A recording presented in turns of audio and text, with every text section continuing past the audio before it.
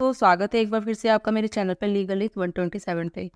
दोस्तों, supreme court ने एक बहुत ही बड़ा ऐतिहासिक फैसला किया है। ये 24 तारीख की अभी लेटेस्ट न्यूज़ है। इसमें सुप्रीम कोर्ट ने ये कहा है, सभी कोर्टों को ये आदेश दे दिया है कि जो दहेज उत्पीड़न के मामलों में जो बेगुनाह होते हैं, चाहे वो पति हो या उसके घर वाले हो, कोई भी रिलेशनशिप में हो, उनको भी फंसा लिया जाता है। तो हमें सावधानी बरतनी चाहिए। आदेश दिया है कि ऐसे मामलों की जांच पड़ताल हो, बेगुनाह को बिल्कुल भी सज़ा नहीं मिलनी चाहिए। अब ये क्या मामला है, ये जानने के लिए आपको वीडियो में अंत तक बने रहना पड़ेगा। और आप मेरे चैनल पर नए हैं तो चैनल को लाइक करना, शेयर करना, सब्सक्राइब करना बिल्कुल मत भूलिए और साथ ही बेल आइकन दबा दीजिए ताकि आपको टाइम टाइम पे मेरे वीडियो की नोटिफिकेशन भी मिलती रहे। तो चलिए चलते हैं अपने टॉपिक की ओर। सुप्रीम कोर्ट ने ना अदालतें हैं, जो कोर्ट हैं, उनसे दहेज उत्पीड़न और दहेज हत्या से जुड़े मामलों में काफ़ी सावधानी बरतने की सलाह दी है।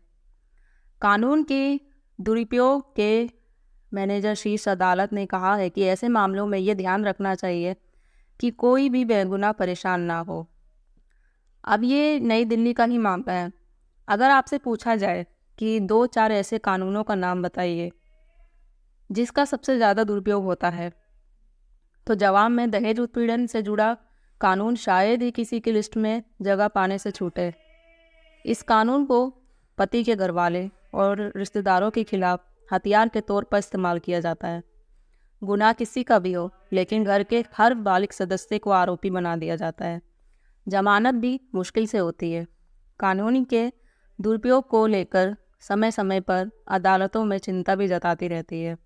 सुप्रीम कोर्ट ने ऐसे ही एक मामले में आरोपी को बरी करते हुए सारे कोर्टों को ये सलाह दी कि वह दहेज उत्पीड़न या दहेज हत्या से जुड़े मामले में सावधानी बरते। ध्यान रखें कि कोई भी बेगुनाह हो जो वो परेशान ना हो और उन्हें सज़ा ना मिले। अब सुप्रीम कोर्ट ने देश भर की सभी कोर्टों को दहेज से रिलेटेड मामलों में सावधानी बरतने को कहा। अक्सर इन मामलों में पति के रिश्तेदारों को भी फंसा लिया जाता है, जबकि मुख्य आरोपी पति होता है। सुप्रीम कोर्ट ने इस पर चिंता जताई है कि सुप्रीम कोर्ट ने कहा है कि दहेज उत्पीड़न के मामलों में आरोपों को बढ़ा चढ़ाकर पेश किया जाता है। ऐसे में अदालतों को ऐसे मामलों में सावधानी बरतनी चाहिए ताकि निर्दोष परेशान ना हो। Justice CT. रवि कुमार और जस्टिस संजय कुमार की बेंच ने दहेज मृत्यु के एक मामले में एक व्यक्ति को बरी करते हुए ये बात कही। बेंच ने कहा है कि आरोपी ने मृतिका की नंद से अक्टूबर 2010 में शादी की थी। जो ये मामला आया था उसकी डिटेल्स मैं आपको बता रही हूँ। दहेज उत्पीड़न का आरोपी पहली बार लगने के बाद उसने शादी की। सिर्फ इसलिए उसे दोषी नहीं ठहराया जा सकता कि क्योंकि उसने पत्नी को दोषी पाया गया था। बेंच ने कहा कि सामान्य और व्यापक आरोप अभियोजन का आधार नहीं ले सकते हो। अदालतों को ऐसी शिकायतों से निपटने में सावधानी बरतनी चाहिए। शीर्ष अदालत ने अपने एक पूर्व के फैसले का हवाला देते हुए कहा, कोर्ट ने देखा है कि ये सर्वविदित है कि बड़ी संख्या में शिकायतों में घटना को बढ़ा चढ़ाकर पेश किया जाता है। बड़ी संख्या में मामलों में फंसाने की प्रवृत्ति भी देखी जाती है। बेंच ने कहा है कि हमारा विचार है कि ऐसी परिस्थितियों में अदालतों को आरोपियों को फंसाए जाने के मामले की पहचान करने और ऐसे व्यक्तियों द्वारा अपमान और पीड़ा को टालने के लिए सावधान रहना होगा। आरोपी की 5 महीने पहले ही शादी हुई थी।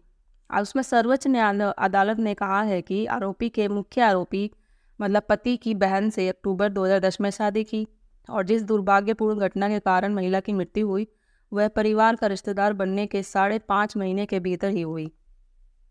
बेंच ने कहा है कि ये एक सच्चाई है कि सामान्य स्पष्ट आरोपों के बावजूद अपीलकर्ता के खिलाफ कोई विशेष आरोप नहीं लगाया गया था। इसके अलावा हमारी सूक्ष्म जांच के बावजूद हम अभियोजन पक्ष द्वारा अपीलकर्ता के खिलाफ किसी भी गवाह के माध्यम से कोई विशेष सबूत नहीं पा सकते। अभियोजन पक्ष के किसी भी गवाह के विशेष रूप से अपीलकर्ता के खिलाफ ये कहते हुए गवाही नहीं दी थी कि उसने कोई क्रूरता की है जो उसके खिलाफ आईपीसी की धारा 498 के तहत अपराध का मामला बन सके।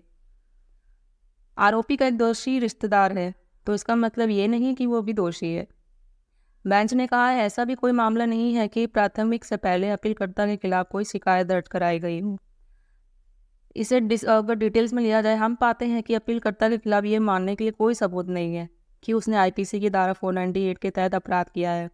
दूसरे आरोपी का पति होने के नाते जिसने निचली अदालतों ने उक्त अपराध के दोषी पाया था, अपीलकर्ता को उक्त अपराध के तहत दोषी ठहराने का आधार नहीं हो सकता, क्योंकि रिकॉर्ड पर कोई विशेष सामग्री नहीं थी, मतलब कोई जो एविडेंस होता कोई भी नहीं था। सुप्रीम कोर्ट ने अपने फैसले में कहा है कि सिर्फ इसी लिए किसी को दोषी ठहराया जा सकता है क्योंकि वह मामले में दोषी पाई गई महिला के रिश्तेदार है। अदालत ने कहा है कि दहेज उत्पीड़न के मामलों में सबूतों के आधार पर ही फैसले किया जाना चाहिए।